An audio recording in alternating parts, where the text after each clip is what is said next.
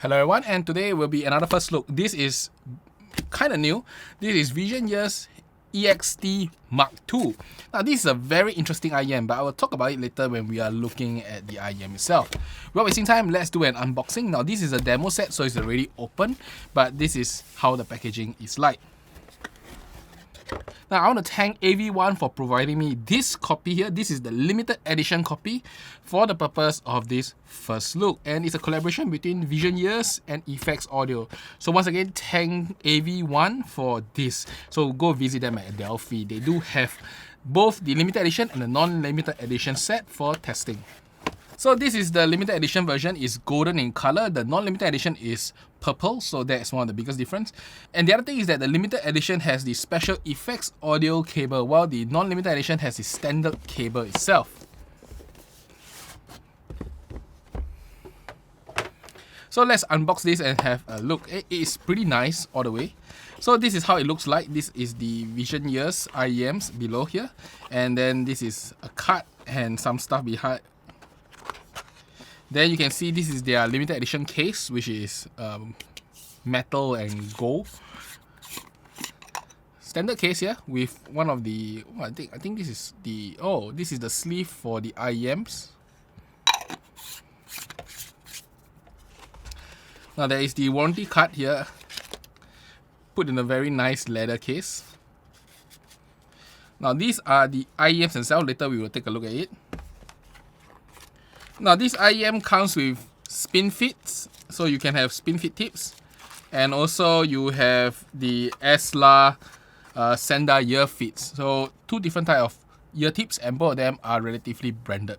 Now this IEM costs about 5,000 plus Sing dollars. You can take a look at the screen here, and considering what they give you, the accessories and stuff, this is pretty much what you are paying a lot of times. Better accessories, of course, better earphones together. So let's take a look at this box here. This is how it looks like. This is the limited edition, so you can see the limited edition cables themselves. This is the one by Effects Audio, so it's golden in color. Later I'll show you guys the non-limited edition cables. And these are the earphones. So pretty much these are the earphones together with the cables here. Now the accessories are the tips, so I will not show them. I mean, you've already seen what brand they are. They are the Senda fits and the spin fits. I won't be using either one of them. I'll be using the Baroque tips for this because it fits me the best normally. And this is an expensive earphone.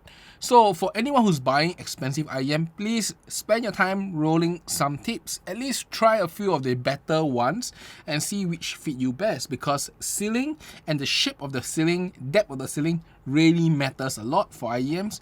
A lot of time you are disappointed not because the IEM doesn't sound good, but because it's not fitted properly.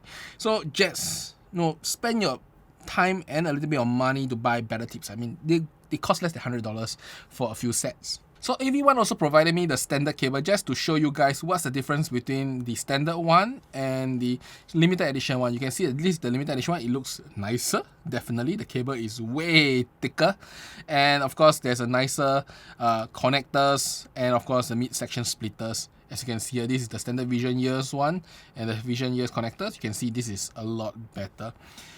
This cable here, I'm not sure which, of course, series of it, but I'm guessing that it's not going to be really cheap. It's going to be a few $1,000s, or at least in the higher $100 range for this particular cable itself. So you can also see Effects Audio leather clamps, so you can unclamp this and then you can utilize the thing. So let's take a closer look at this IEM. Now this is the limited edition one, so it's golden in color. The non-limited edition one I show you on the photo here is purple in color. So that's the difference here. Now this is a very interesting IEM in terms of its configuration. As a high-end IEM, it's configured with 2 dynamic drivers of different sizes and 4 electrostats with a crossover inside. One of the dynamic drivers are like 9.2mm and the other one is like 6mm or something, and then followed by 4 ESTs. So this one literally doesn't have any BA drivers normally used for mids, and they do sound quite different when I had a very quick impression previously.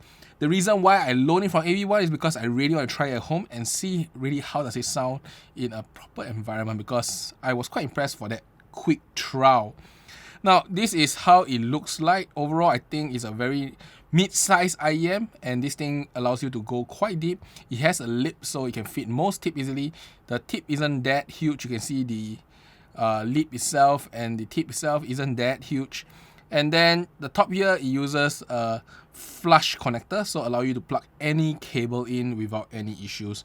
Those with recessed connectors are a bit more troublesome. You need to have the recessed type of connectors that go deep in, like say for the ones in FatFreak. So without wasting time, let me put on the tips, put on the cables, and listen some music. So first impression of this is that it's a little bit of a V-shaped IEM with a lot of this nice bass. I think the bass here is really good. It was like very smooth, punchy with rumble, and doesn't feel plasticky in any way that you normally get them in some other IEMs. This one is like really clean, nice bass, and it's very punchy and very fun. And the treble itself is very electrifying, very exciting sounding. When I was listening to Vonde, one of the few tracks just now I tried, Vonde has these cymbals that were always crashing at the start. It is very exciting to listen to.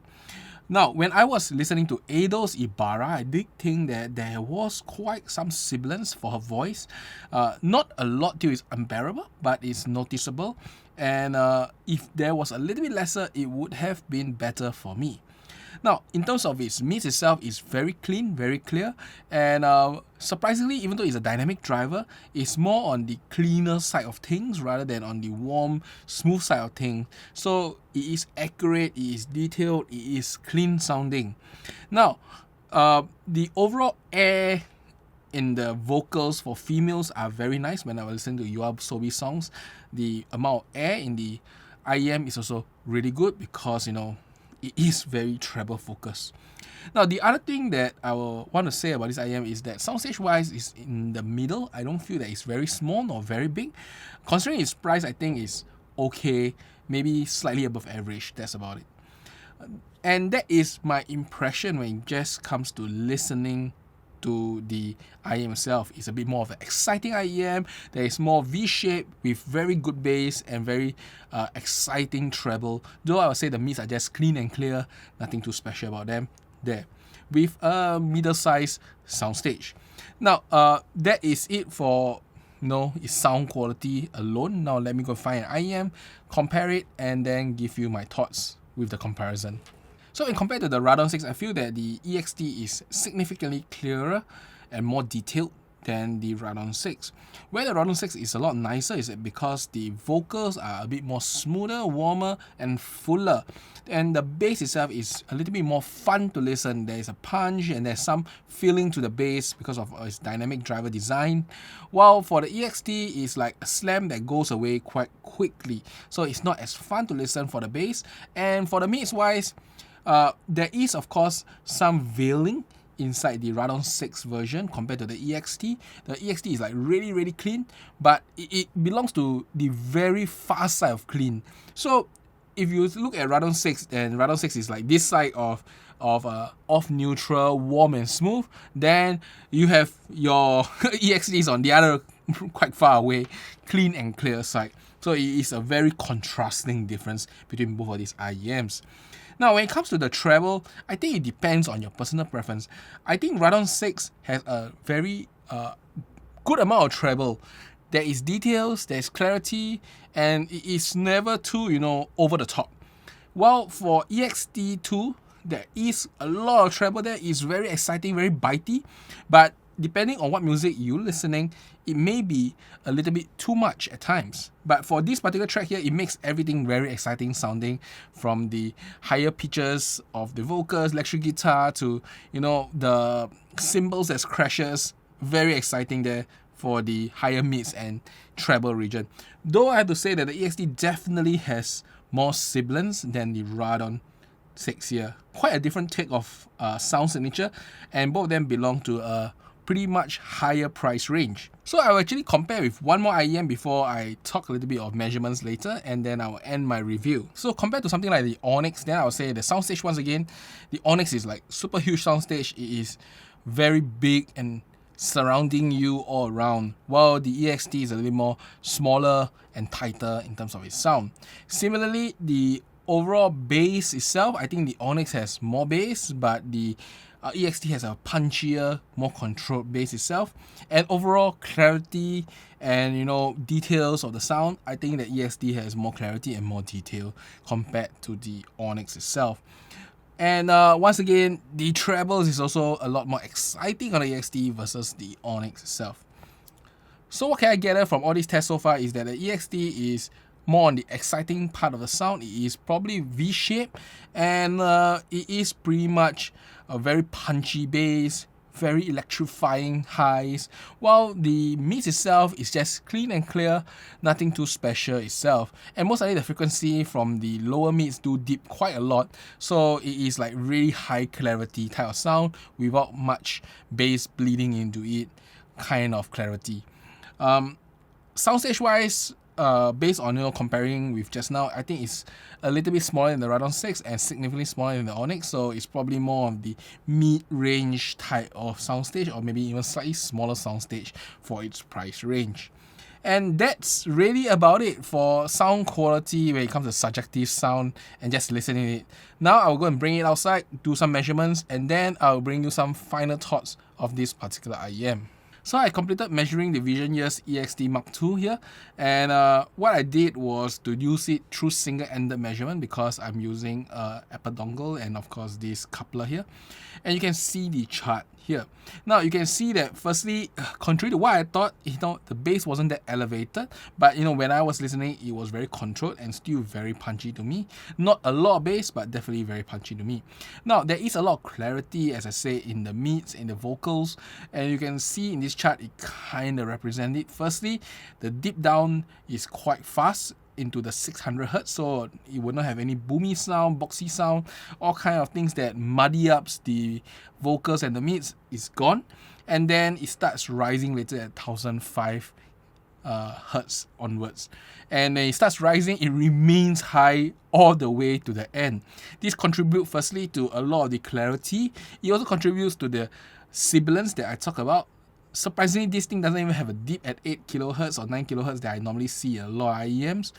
And then the whole sound itself is a lot of treble, a lot of bite, and you can see that the treble actually extends all the way to the end of the measurement itself.